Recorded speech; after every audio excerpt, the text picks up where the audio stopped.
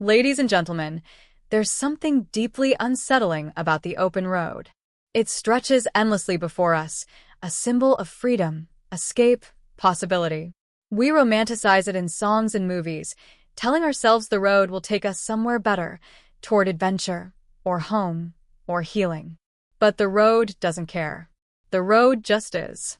And at night, when the stars disappear behind cloud cover and the air becomes heavy with silence, it becomes something else entirely. Something liminal.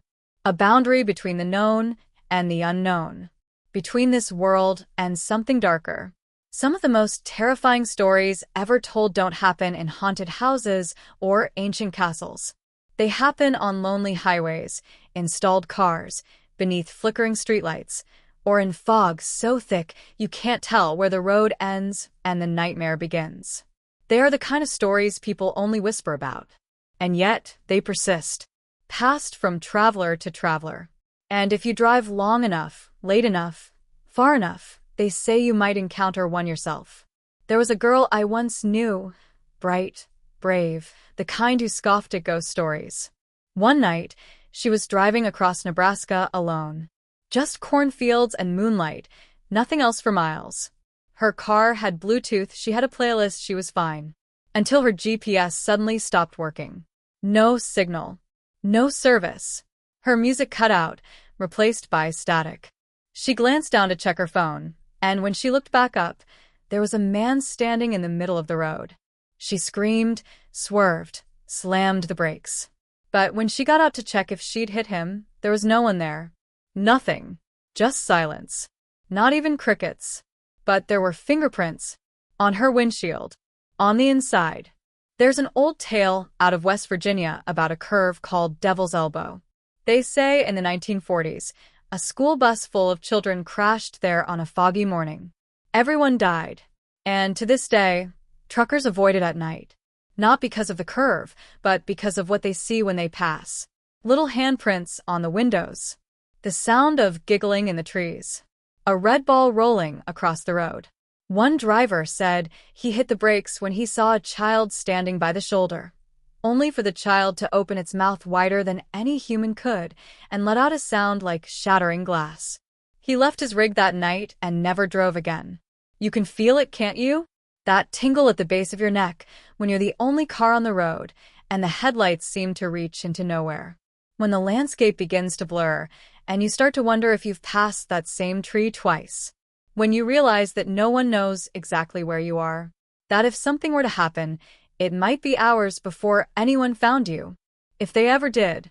There's a legend from southern Louisiana, a place already steeped in myth and swamp magic, about a hitchhiker named Eloise. Young, barefoot, wearing a tattered blue dress. Always asking for a ride to the old mill. But the mill burned down in 1953. They say if you pick her up, she'll talk politely, sweetly, thanking you for the kindness. Until you pass the ruins of the mill. Then she starts to cry. Then she starts to scream. Then she disappears, leaving your car ice cold and your back seat soaked in river water. A sheriff once saw her on a dash cam. The footage showed her sitting calmly, turning to the camera, smiling with pitch-black eyes. The deputy who filmed it disappeared a week later. His cruiser was found parked by the mill, engine running. But the car was empty. Of course, some stories aren't about spirits or creatures. Some are worse. Some are about people. Flesh and blood, and far more dangerous. A man driving across rural Texas once told police about a pickup truck that followed him for 60 miles. No matter how fast he went, it stayed close, flashing its brights, tapping his bumper. He called 911, panicking, only for the operator to tell him no one was behind him. No vehicle registered on the traffic cams. No license plate was ever caught. But his bumper was dented, and the dust on his trunk had been wiped clean, as if someone had run their fingers across it. 3 deep grooves. And then there's the black-eyed children. You've probably heard the stories. Pale kids, sometimes alone, sometimes in pairs, who knock on your car window late at night asking for a ride. Always polite. Always insistent. But when you look closer, you realize something is wrong. Their eyes are entirely black. No whites. Just endless, depthless dark. One woman claimed she let two of them into her car during a blizzard, out of pity. They spoke in perfect unison, asking odd questions. "What year is it? Are you our mother?" Then they began to hum, and the hum grew louder, vibrating the windows. Her nose started to bleed. She passed out. When she woke, the kids were gone, and her rearview mirror was shattered from the inside. A teenager once took a shortcut home through the woods in Oregon, thinking he'd save himself 20 minutes. His car broke down, a dead battery, though it had been new. He stepped out into the mist and saw someone standing just beyond the trees. Not moving, not blinking. He shouted no reply. He climbed back in, locked the doors, called his dad. But before help could arrive, he felt the car shift, as though someone were crawling across the roof. He stayed frozen, staring forward, unable to breathe. When his dad finally arrived, the boy ran out sobbing. On the roof of the car were muddy footprints. Blood. Human. And upside down, as though someone had been clinging there like a spider. One of the most disturbing stories I've ever heard came from a woman who worked the night shift at a diner off Highway 6. She was driving home, windows down, music low, the kind of quiet that feels sacred. Then she saw headlights behind her. They kept pace with her for miles, too far to be close, too near to shake. Then they vanished. Just gone. She relaxed.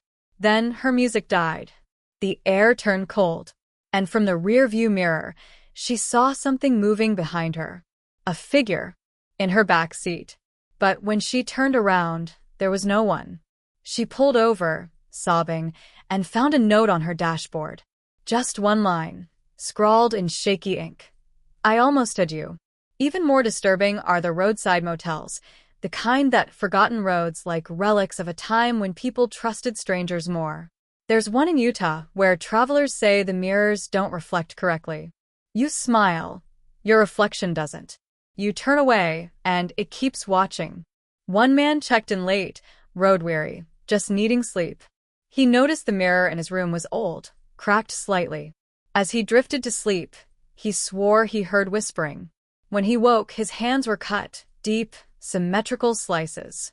The mirror had new cracks in it, and etched in the glass were his initials. There are darker stories, too. Whispers of roads that don't appear on maps. Places that shift when you're not looking. A man once swore he drove down a highway for 6 hours, but his gas tank never depleted. His watch stopped. The sun never rose. He finally turned around, panicked, only to find that the road behind him had changed. No signs. No turns. Just endless, gray pavement, bordered by fields that didn't sway in the wind. He eventually saw lights, a truck stop, and pulled in. When he asked where he was, the cashier just stared. "You shouldn't be here," she said. "This place isn't for the living." There are stories of shadow people that run alongside cars, matching speed. People who stop for broken-down motorists only to find mannequins in the front seat. Police officers who respond to accident scenes and find no crash, just a pool of blood and a dent in the guardrail. And sometimes nothing at all. Even children have stories.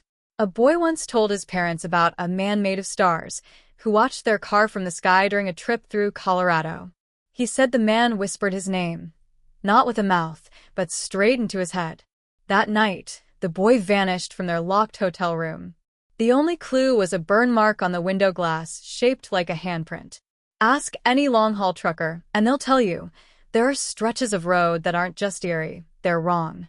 Places where radios play music that was never recorded. Where time skips. Where the same billboard repeats for miles, though no one's paid to advertise there in decades. They talk about animals with too many eyes. About tunnels that take longer to drive through than physics allows. About fellow drivers who wave cheerfully, then vanish when you blink. And every once in a while, someone hears a voice on the CB radio. Not a call for help. Not static. A voice, calm and cold, that simply says, "Keep driving." They never hear it again, but they never forget it. These aren't just stories, are they? They're warnings. Echoes of something older than asphalt and steel. Reminders that we are never truly alone out there. That the road is alive, in its own way. And it sees you. It remembers you. And sometimes it wants something from you. Something you won't even realize you've given, until it's far too late to get it back.